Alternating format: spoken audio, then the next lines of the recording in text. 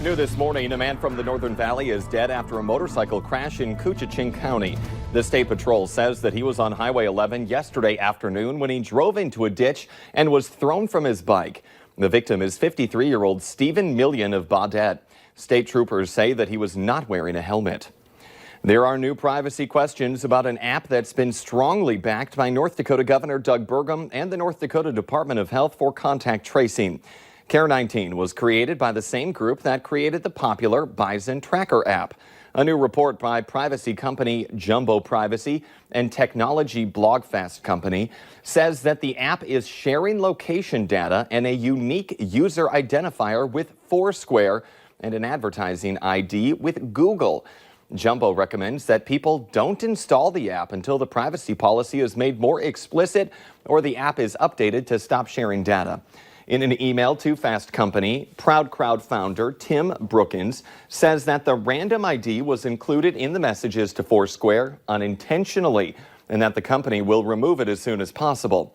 He says the transmission of information to Foursquare is fairly benign as Foursquare doesn't actually collect sent data, but it's easy enough to remove, and he calls it a good catch by the security firm. Just about 2 minutes past the top of the hour, let's get a check of that forecast with Lisa Green. And Lisa, I'm kind of crossing my fingers that the wind will die down a little bit today. Yeah, it's been a breezy one, and we are looking at conditions that are going to ease up a little bit. We still have some wind out there today, but maybe not quite gusting to 40 like we did in Fargo yesterday. And another change is that we're seeing those showers moving through the valley here as well. We've entered a more active period. Doesn't necessarily mean it's going to be a washout as we head into the holiday weekend, but there will be some showers, even some thunder showers you're going to want to watch out for. So here's a look at that radar. You could see Northern Valley, the focus, but there are other places where we're seeing some flecks of green and some spotty areas of showers moving through. Grand Forks just had one move through. Now things are starting to quiet down for the moment, but there are some other spotty sprinkles in the vicinity. And then up along the Red River, along the border there, seeing some rain as well. So again, very light stuff at this point in time, but still, it's out there. And here's a look at that wind. We do have a gust of 24 right now in Fargo, so still dealing with some winds that are a little bit more breezy. That wind out of the south or southeast, driving in that moisture. Maybe you notice that it's a little more muggy than it's been recently. We're looking at temperatures that are into the 50s to some low 60s, 59 degrees in Fargo and in Grand Forks, and Hallock, Winter, both at 61, so is Crookston. And checking out your afternoon planner back into the 70s, we'll see temperatures ranging from about the low to mid, maybe some upper 70s out west. We do stay a bit breezy this afternoon, but we will be not as strong as the recent week we've just had. As we look into the Memorial Day weekend, expect tomorrow to be pretty warm. We are going to see a chance for some storms late, and then Sunday may be the wettest day of the weekend. Memorial Day right now looking better. We'll be working on kicking out those showers in the morning, and we'll have more on this coming up throughout the morning. Heating up. All right. Thank you, Lisa. A woman is in the Clay County Jail after police say they caught her driving a stolen car. She was stopped by police yesterday afternoon along 3rd Avenue South in Moorhead. Police say the car that she was driving was stolen out of the Twin Cities.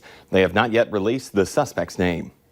We have the latest on a breaking news story from earlier this week. A man who led police on a chase through Moorhead is now in custody. 36-year-old Jeremiah Ard was arrested yesterday in Ottertail County, but no other details are being released. Moorhead police tried stopping Ard early Wednesday morning for driving the wrong way on a street, but they say he took off. Officers stopped their pursuit because Ard was driving erratically. He later abandoned his car at a North Fargo park and was believed to have swam across the Red River to get away from police. In our schemes and ripoffs this morning, North Dakota Attorney General Wayne Stensham says scammers are offering work-from-home opportunities to take advantage of you. He says NimCare Insurance is one of those bogus companies that claims to have a street address in Bismarck, but there is no such business listed. Companies might have you receive packages, then relabel them and ship them. That could make you an accomplice to shipping stolen or counterfeit items. Stensham says don't fall for fake checks where you keep some money and then you send the rest. You may end up being responsible for the entire amount. Essentia Health Group is laying off 900 workers within facilities in North Dakota, Minnesota, and Wisconsin. Many hospitals, including Essentia in Fargo, are struggling to turn a profit since the start of the pandemic.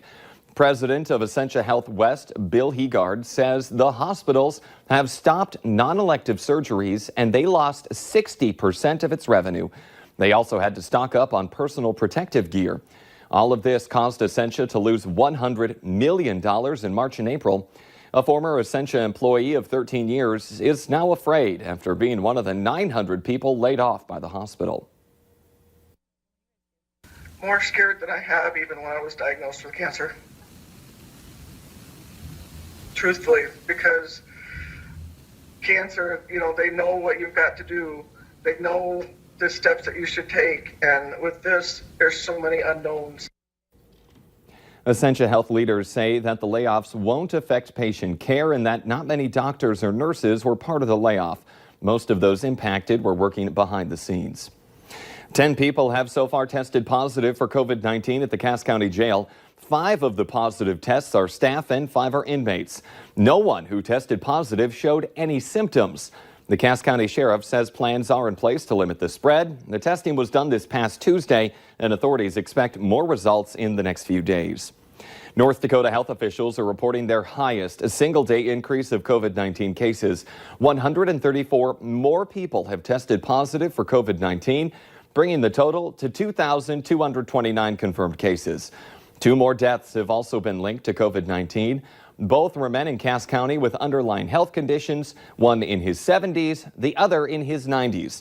Cass County remains the epicenter of the state's coronavirus outbreak, with 93 of the new cases, bringing the county's total to 1,370.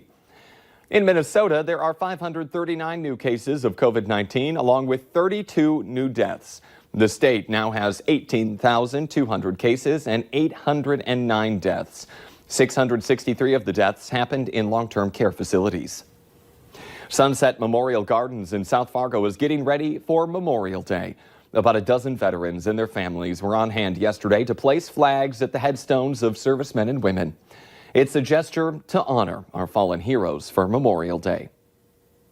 Nobody gets paid for doing this. Everybody's out here doing this out of the goodness of their heart. If we didn't have U.S. Bank and the VFW and all the scouting organizations helping us out here, it would probably never get done. Monday at noon, the Color Guard with the VFW will have a ceremony on the north end of Sunset Memorial Cemetery. Your drive through downtown Fargo after the Memorial Day holiday will be a bit different. Starting on Tuesday, the Main Avenue Improvement Project will extend to the Main and 8th Street South intersection. That intersection will be closed for up to 2 months. Also, the new northbound counterflow lane on University Drive between Main and NP Avenues is now open. You can now turn north on University Drive from Main Avenue to get to NP Avenue. This picture right here, it's a sign that summer is coming to the valley. Not a sign we want to see, though.